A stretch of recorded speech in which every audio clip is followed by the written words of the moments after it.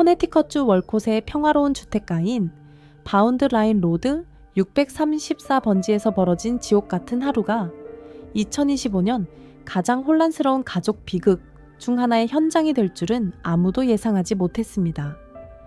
수년이 지난 지금도 바운드 라인 로드라는 이름은 지역 수사기관과 대중의 마음속에 특별한 사건을 떠올리게 합니다. 어느 봄날 대문 바로 앞에서 벚꽃이 피기 시작했을 때 집안에 구리종이 차가운 소리를 내며 울렸습니다. 사건은 불과 몇 분 만에 발생했지만 그 여파는 관련자들에게 일련의 조사, 비교, 그리고 정신적 충격을 남겼습니다. 2025년 3월 27일 코네티컷 응급 대응센터에 혼란스러운 전화가 걸려왔습니다. 전화선의 목소리는 떨렸습니다. 아직 충격에서 벗어나지 못했습니다. 방금 목격한 일이 Look at 911. Hi, I need police and ambulance. What's going on? 3 people just got shot. You got what? 3 people just got shot. Okay, tell me exactly what happened. What happened? I'm helping my friend move his parents out, and his father just shot his mom in front of us and then shot him.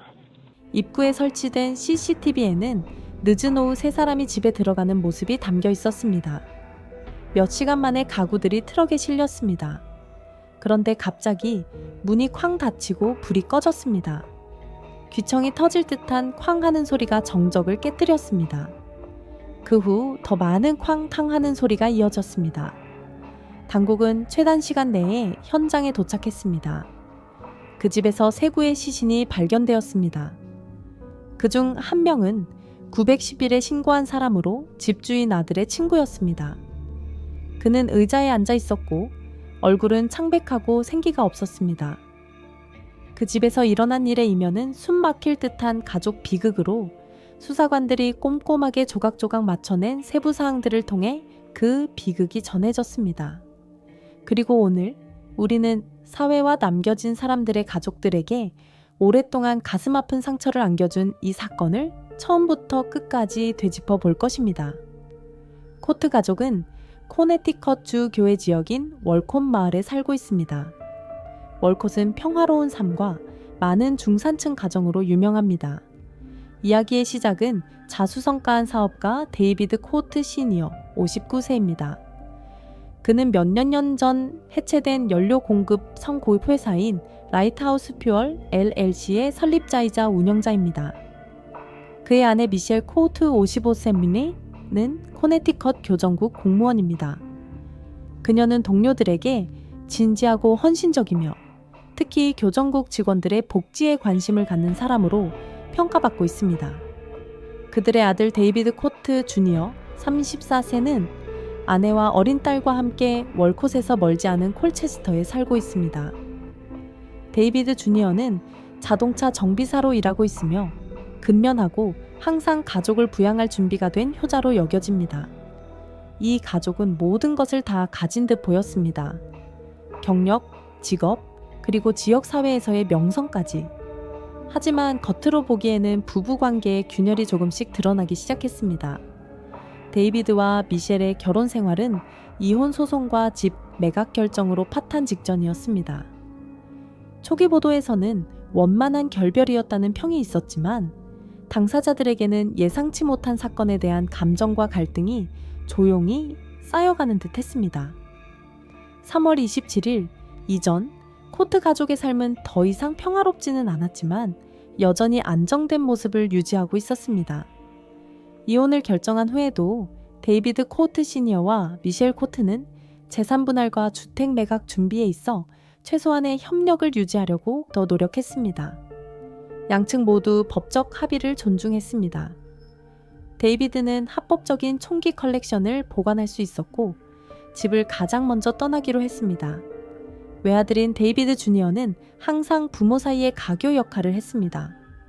그는 침착하고 책임감이 강했으며 부모가 더 이상 트라우마를 겪지 않도록 모든 일이 평화롭게 진행되기를 바랐습니다. 이 기간 동안 그는 종종 바운드 라인 로드에 있는 집을 방문하여 아버지의 이사와 부동산 관련 서류 작업을 도왔습니다. 또한 가까운 친구를 데려와 도움을 주었는데 그는 나중에 유일한 증인이 되었습니다. 미셸은 이혼 후에도 교정국에서 계속 일했고 집을 매각한 후에는 여러 가지 계획을 세웠습니다. 이웃들은 그녀가 침착함을 유지했고 정중하게 소통했으며 평소와 다른 불안감을 보이지 않았다고 말했습니다. 모든 것이 순조롭게 진행되는 듯했고 이별이 두 사람 모두에게 새로운 삶을 열어줄 것이라는 희망이 있었습니다. 하지만 마지막 청소 작업도 겉보기에는 무해해 보였지만 도중 그 평온함은 갑자기 깨졌습니다. 2025년 3월 27일 오후 데이비드 코트 시니어는 아들 데이비드 주니어 그리고 친구와 함께 바운드 라인 로드 634번지에 있는 집으로 돌아왔습니다. 회의의 주요 목적은 집 이전을 준비하기 위한 집 청소를 완료하는 것이었습니다. 미셸 코트도 현장에 참석하여 소지품 분배의 마지막 단계를 조율하고 감독했습니다. 처음에는 구성원들 사이의 분위기가 비교적 평화로웠습니다. 각자는 청소가 순조롭게 끝나기를 바라며 자신의 업무에 집중했습니다. 그러나 데이비드와 미셸 사이에 집 안 일부 물품의 소유권을 놓고 사소한 의견 충돌이 발생했습니다. 대화는 긴장감을 띠기 시작했지만 아무도 상황이 걷잡을 수 없을 것이라고 생각하지 않았습니다. 데이비드 주니어는 분위기를 진정시키고자 대화에 개입했습니다. 그러나 그의 존재는 상황을 더욱 복잡하게 만들었습니다. 순식간에 데이비드 씨는 예상치 못한 행동을 했습니다. 한편 데이비드 주니어의 친구는 호신술 자격증을 소지하고 있었는데 자신과 주변 사람들을 보호하기 위해 행동에 나섰습니다. 단 몇 분 만에 가족 간의 문제가 심각한 사건으로 번졌습니다. 집안의 고요함은 혼돈으로 바뀌었고 장기 조사와 앞으로 겪게 될 수많은 후회의 시간이 시작되었습니다. 사건 직후 데이비드 주니어의 친구는 공황 상태에 빠졌지만 필요한 수준의 의식은 유지하고 있었고 즉시 911 응급 구조대에 전화했습니다. 전화 음성은 떨렸지만 또렷하게 녹음되었으며 데이비드 시니어와 다른 가족 2명을 포함하여 집에 중상을 입은 3명이 있다고 보고했습니다. 전화가 걸려온 지 몇 분 만에 월콧 타운십 경찰이 현장에 도착했습니다.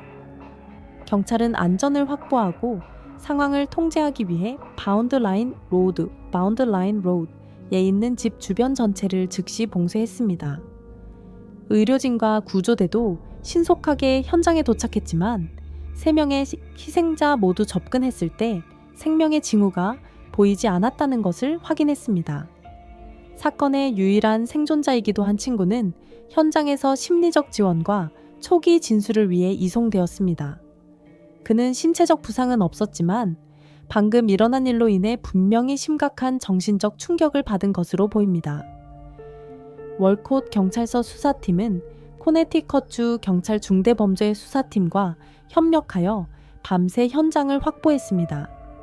법의학 전문가들은 신속하게 현장에 도착하여 집 수사를 시작했습니다. 그들은 피해자들의 위치, 자기 방어 도구와 관련된 흔적, 그리고 사건 발생 장소에 존재하는 모든 물리적 증거를 확인했습니다. 집에는 외부에서 강제 침입이나 외부 침입 흔적이 없었으며 이는 제3자의 개입 없이 내부에서 발생한 사건이라는 초기 추측을 뒷받침했습니다. 모든 문은 안쪽에서 잠겨 있었습니다. 거실 탁자 위에는 재산분할 절차 관련 서류와 법률 문서들이 그대로 남아 있었습니다. 3명의 시신은 미셸 코트, 데이비드 코트 시니어, 데이비드 코트 주니어로 확인되었습니다. 각 시신은 1층의 다른 장소에서 발견되었는데 이는 사건이 매우 빠르게 진행되었고 장시간의 반응을 보일 시간이 없었음을 시사합니다. 다음 날 아침 검시관 사무실에서 부검이 실시되었습니다. 예비보고서에 따르면 미셸과 데이비드 주니어는 사건 발생 직후 모두 치명상을 입었습니다. 데이비드 시니어 또한 아들 친구의 방어적 반응으로 사망했습니다. 모든 부상은 합법적으로 등록된 자기 방어용 무기에 의한 것으로 확인되었습니다. 검시관과 경찰의 초기 결론은 목격자의 유일한 증언과 일치했으며 이는 사건의 전말을 밝히기 위한 추가 조사의 토대를 마련했습니다. 현장을 확보하고 피해자들을 이송한 직후 당국은 신속하게 수사 단계에 돌입했습니다. 코네티컷 주 경찰 중대범죄수사팀이 월콧 타운십 경찰을 지원하기 위해 투입되었습니다. 사건의 심각성과 광범위한 영향을 고려하여 이 사건은 즉시 특별수사로 분류되었습니다. 데이비드 주니어의 동행자의 초기 증언을 통해 수사관들은 명확한 시간표와 비교적 일관된 사건 순서를 파악했습니다. 그들은 이 진술을 현장 증거, 즉 보안 카메라, 물리적 증거의 위치, 생물학적 흔적, 그리고 특히 진실 확인 과정에서 중요한 뒷받침 요소로 여겨지는 9.19 신고와 비교했습니다. 집에 설치된 카메라에는 세 사람이 들어오는 모습이 녹화되었으며 초기 논쟁의 흔적은 없었습니다. 데이비드 시니어가 직접 설치한 집 안녹음 장치의 오디오도 추출되었습니다. 목격자의 진술처럼 녹음된 오디오에는 긴장된 대화가 빠르게 복잡하게 얽히는 모습이 담겨 있습니다. 또한 수사기관은 데이비드 시니어 씨와 그의 친구에 대한 신원 조회 및 호신용 도구 소유권 확인도 실시했습니다. 그 결과 두 사람 모두 합법적으로 등록되어 있었고 범죄 기록이나 위법 행위에 연루된 흔적이 없음이 확인되었습니다. 이 사건에서 데이비드 주니어의 친구, 유일한 르란 증인으로 간주됨 외에는 생존한 용의자가 없었습니다. 그러나 정당 방위 도구 사용으로 사망에 이르렀기 때문에 이 사람은 여전히 표준 수사 절차의 적용을 받았습니다. 경찰은 수사 절차를 위해 이 사람을 잠시 구금하고 검사를 실시하고 생물학적 샘플을 분석하고 관련 도구를 압수하여 조사했습니다. 당국과의 모든 공조 과정에서 이 사람은 전적으로 협조하고 침착함을 유지하며 자세한 정보를 제공했습니다. 수사 기록은 법의학 문서, 법적 분석, 심리평가, 그리고 여러 독립 당사자의 결론을 통해 보강되었습니다. 모든 증거를 종합한 후 수사기관은 증인의 행동이 코네티컷 주법이 허용하는 한도를 초과하지 않는 합리적인 정당방위 상황에서 이루어졌다고 결론지었습니다. 따라서 생존자들에 대한 형사 기소 결정은 내려지지 않았습니다. 대신 그들은 수사에 협조한 것으로 간주되며 사건 요약 파일에서 중요한 증인으로 간주됩니다. 데이비드 주니어와 동행했던 친구는 안정적인 상태로 월콧 경찰서로 이송된 후 공식적으로 신문 절차에 들어갔습니다. 이는 특히 중요한 단계였는데 그가 사건 전체 기간 동안 현장에 있었던 유일한 생존 목격자였기 때문입니다. 신문은 월콧 경찰서 수사관과 그의 법률 대리인이 참석한 가운데 진행되었습니다. 처음에 그는 데이비드 주니어와 함께 집에 도착한 순간부터 예상치 못한 사건이 발생하기까지의 하루 일정을 모두 설명했습니다.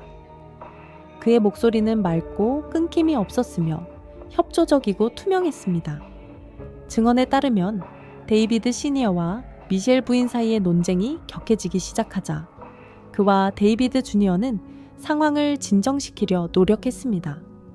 그러나 데이비드가 그렇게 예상치 못한 행동을 할 것이라고는 아무도 예상하지 못했을 것입니다. 미셸 부인과 데이비드 주니어가 공격당하는 것을 목격한 그는 상황 악화를 막기 위해 소지하고 있던 정당방위 도구를 사용해야 했습니다. 적절한 허가를 받은 후였습니다.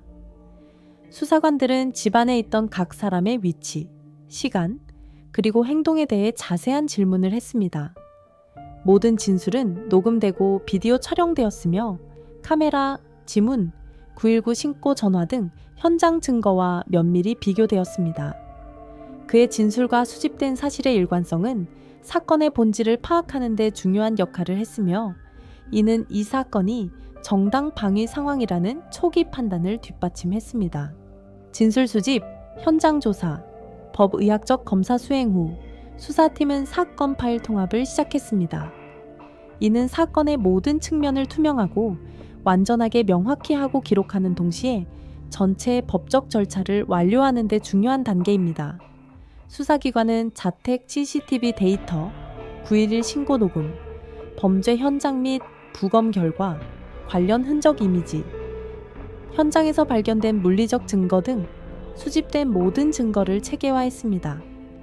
각 요소는 면밀히 분석되었고 목격자의 유일한 올렬한 증언과 상호 참조되었습니다. 또한 세 피해자 모두의 배경정보, 자기방어 도구 소지 이력, 변호사 자격증, 그리고 데이비드 시니어와 피해자의 이혼 절차 관련 모든 문서도 수집되었습니다. 미셸과 데이비드의 이혼 관련 문서도 수집하여 사건 파일에 포함시켰습니다. 수사관들은 또한 법률 및 심리학 전문가들과 협의하여 사건 당시 당사자들의 심리 상태를 평가했습니다. 신중한 편집 및 검토를 거쳐 공식 기록이 완성되었으며 예비 결론은 다음과 같습니다. 이는 개인적인 갈등에서 비롯된 가족 내 사건이며 합리적인 방어 방식으로 처리되었습니다. 이 기록은 공식 조사 결과를 발표하고 대중에게 명확하고 투명한 방식으로 알리는 법적 근거가 될 것입니다. 이 사건의 주요 용의자인 데이비드 코트 시니어가 사망함에 따라 본 사건은 일반 형사 재판으로 진행되지 않습니다. 그러나 투명성과 법 준수를 위해 관계 당국은 수사 결과를 발표하고 지역 사회, 언론, 그리고 기타 이해 당사자들의 질문에 답변하기 위해 예비 심리를 진행할 예정입니다.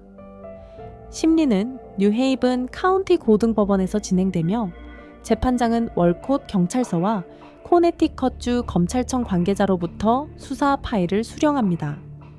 이 심리에서는 증인 진술, 법의학적 분석, 그리고 현장 자료 등 수집된 증거를 바탕으로 전체 사건의 진행 상황이 상세히 설명될 것입니다. 유일한 증인으로 간주되는 데이비드 주니어의 동반자도 일부 세부 사항의 확인을 위해 소환될 예정입니다. 그는 이전 진술을 계속 확인하고 법 집행기관에 대한 협조를 표명할 것입니다. 수사기관 관계자는 그의 행동이 코네티컷주의 정당방위법에 부합한다고 강조했습니다. 모든 요소를 고려한 후 판사는 생존 증인에 대한 형사 기소의 근거가 없다고 결론지었습니다. 사건 파일은 통제되지 않은 가정 갈등으로 인한 전형적인 비극 사례로 사법기록 보관소에 환송되었습니다. 심리는 조용한 분위기 속에서 마무리되었고 많은 사람들이 가족관계의 복잡성과 파탄의 조짐이 보이는 상황에서 조기 개입의 가치에 대해 되새기게 되었습니다. 바운드 라인 로드의 작은 집에서 발생한 비극은 3명의 목숨을 앗아갔을 뿐만 아니라 코트 가족을 아는 친척, 친구, 그리고 지역사회 전체에 깊은 상실감을 안겨주었습니다. 효자, 헌신적인 어머니, 그리고 성공한 남편까지 모두 떠나보내며 돌이킬 수 없는 공허함을 남겼습니다. 데이비드 주니어의 작은 가족, 특히 젊은 아내와 어린 딸 리엘은 원치 않는 상황에서 세상을 떠난 남편이자 아버지의 기억을 영원히 간직할 것입니다. 유일하게 살아남은 친구 역시 심리적 트라우마와 그 운명적인 순간을 함께했다는 무거운 감정에 시달리며 살아가야 합니다. 이러한 상처는 아무리 시간이 흘러도 쉽게 아물지 않습니다. 이 가슴 아픈 사건을 통해 중요한 교훈을 얻습니다. 가족 갈등은 제대로 해결되지 않으면 심각하고 돌이킬 수 없는 결과로 이어질 수 있습니다. 스트레스 정서적 트라우마 또는 오랜 불화의 징후는 무시하거나 가볍게 여겨서는 안 됩니다. 정신건강 전문가, 변호사 또는 사랑하는 사람에게 도움을 구하는 것은 모두의 안전을 지키는 데 필수적입니다. 모든 통계 뒤에는 각자의 감정과 운명을 가진 실존 인물들이 있습니다. 코트 가족의 이야기는 단순한 조사 문서를 넘어 가족 간의 이해와 대화의 가치를 가슴 깊이 되새겨주는 중요한 메시지입니다.